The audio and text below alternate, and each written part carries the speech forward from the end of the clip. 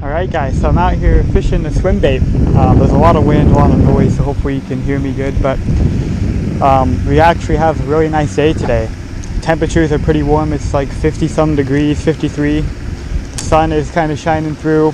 The water though, because we've had a lot of rain, the water is crap.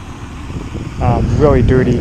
But throwing an 8-inch Huddleston, and I don't know, just to see, hopefully maybe we can get a bite. Haven't been out here in like a couple months, and lately we've had some warmer days, so thought maybe the water would warm up a little bit and might be some fish biting. Right now I'm throwing an 8-inch rate of fall 5 Huddleston. Rate of fall 5 because it's not too deep out here.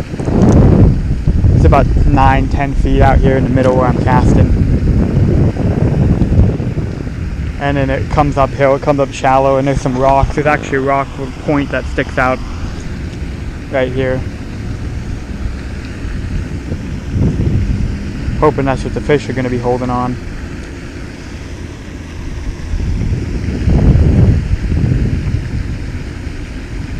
You guys see that? So I just stocked this lake with trout, and the trout just jumped over there.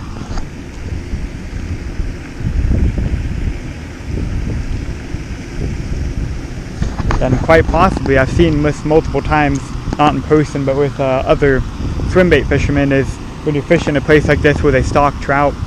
I've actually seen times where they've seen fish jump like that. They've seen trout jump, and they throw a trout swimbait over there and actually get a bass that was up there chasing that trout.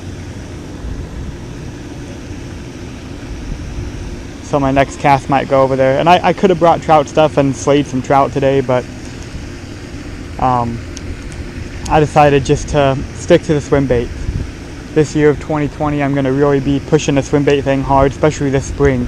This coming spring, I'm going to be out in this lake throwing these swimbaits a lot. And so I decided just to stick with the swimbait today.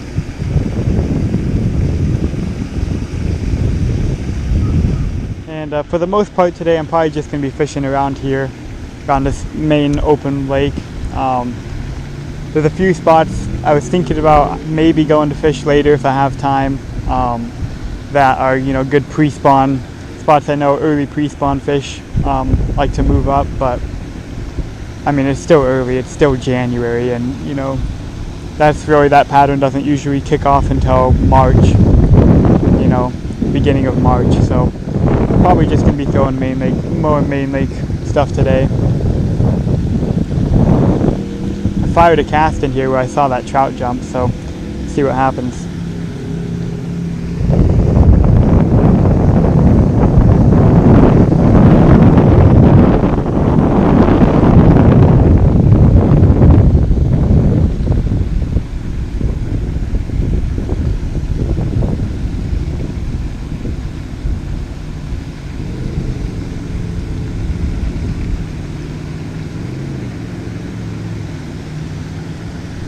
Ooh.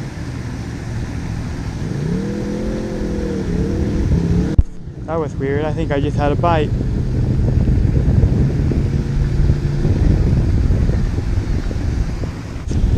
I don't know why I just didn't set the hook. That was weird. That was the weirdest thing right there. I should have set the hook. I was just reeling this Hud and I just felt a dunk. A common Huddleston bite, a little tap. And I know there's a lot of rocks in here and sometimes they can feel like that, but that was a good solid. See, now I'm in the rocks. I wasn't in the rocks, now I am.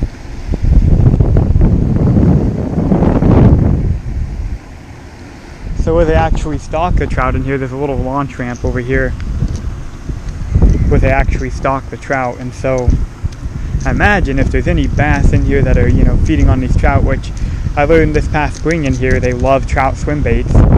So I was throwing a lot of the 6-inch, more 6-inch style stuff, catching like 2.5 and 3 pounders, but they love the love the trout baits in the spring. So, and they just stocked it with trout right in here. There's trout everywhere. I've seen one jump, like I said. So hopefully there is some bass up here trying to ambush these trout. This water clarity is bad though. This lake can get, like it is now, you know, really dirty, and there's some days where this lake can get like crystal clear. So this is pretty bad water clarity, but we'll see. Alright guys, so a little tip here, something that I always do when I'm, you know, fishing any kind of big swim bait, is when I reel in, I always reel up to where I can see my bait. And you know, I reel up. Some guys will like throw out and fish halfway in, and you know, they think they're out of the strike zone, so they will burn their bait in. But you always want to fish up to where you can see that bait, and you know, look around that bait and see if there's anything following, because a lot of times these big swim baits, even in the winter time, you know, people don't, when the water's super cold, people are like, oh, they don't follow baits, you know, if they're gonna, you know, you swim it by them, they're either gonna eat it or leave it alone. But a lot of times they will follow these baits even in the cold water.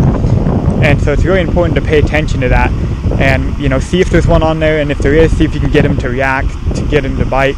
And if not, at least you know there's a fish in the area. You know, even if I see you know, 5-pounders, whatever, big old fish, 5, 6, 7-pounder following my bait, and even if he turns around and goes out, I can watch and I can see where he swims, see where he came from, and now I know exactly where he's sitting, and maybe try a different color of bait or a different retrieve and throw it in that same area and maybe get him. So it can be very important to, you know, pay attention and watch for followers, you know. This water, like I said, this is really bad water clarity, so it is hard to see, but in, you know, those clear water conditions, it's really important to be watching, because a fish can, you know, in super clear water, there could be a fish way behind your bait following. But anyway, just a little tip. It's starting to rain, which kind of sucks, but we'll see how long I last, see how long we stay out here. You know, a lot of people do not think that you can catch fish on a Huddleston especially, but any swim bait, in dirty water. And I have to say that it's false. I've actually caught a few swim bait fish in dirty water. I took most of my summer proving that you can catch, you know, a fish on a swim bait in the middle of summer and in dirty water. And actually I'll show you a picture of a fish right here. These are one of the fish that I got right here. So yeah, that wasn't a big fish. That was like a 3-pounder, something like that. But it just proves, you know, that you can still catch them on swim baits in dirty water. And these swim baits, they have so much, a lot of people, you know, they're always, picked up a lot more grass. They're always, you know, focused on the look of your bait. And those fish, how good can those fish see it? You know, can they see it from a long distance? But to me, with a lot of these baits, these baits are so big that in the water they have so much presence and they move so much water that even when it is dirty,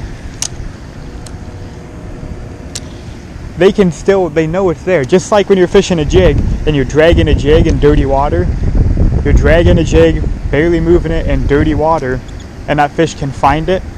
It's the same thing, you know. And this bait, it's bigger than a jig and it moves a lot more water than a jig. It's got that big tail on there, just barely, you know. Yeah, I'm moving it slow, so it's not kicking hugely, but it's kicking, and that big presence is pushing water. And those fish, they can feel it. They feel this bait down there. And yeah, they can't, you know, they can't find it as well because they can't see it, but they still can feel it. Especially fish that are used to dirty water. If you have a lake that fish are used to the dirty water, you know, it's dirty year-round, the stained water year-round. Those fish are used to feeding, you know, by their lateral line, by feeling their bait and not actually seeing it. Places like this, though, where it's kind of clear, you know, it's clear and then it gets dirty, that's where it gets a little tougher. But when you have a place that's dirty year-round, it really doesn't matter.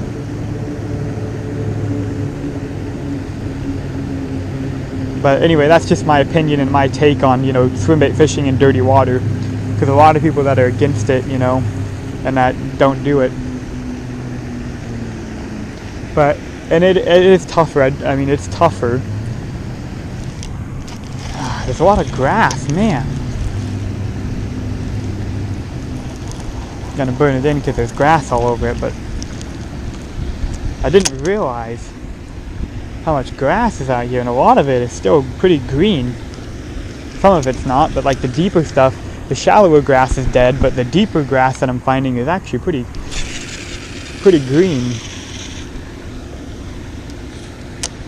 Alright guys, the last cast. It's freezing cold out here and conditions aren't necessarily perfect. The water's, like I said, the water's dirty and stuff, but we tried for a little bit, and that's what counts, putting in time, going out there on those days and putting in the work.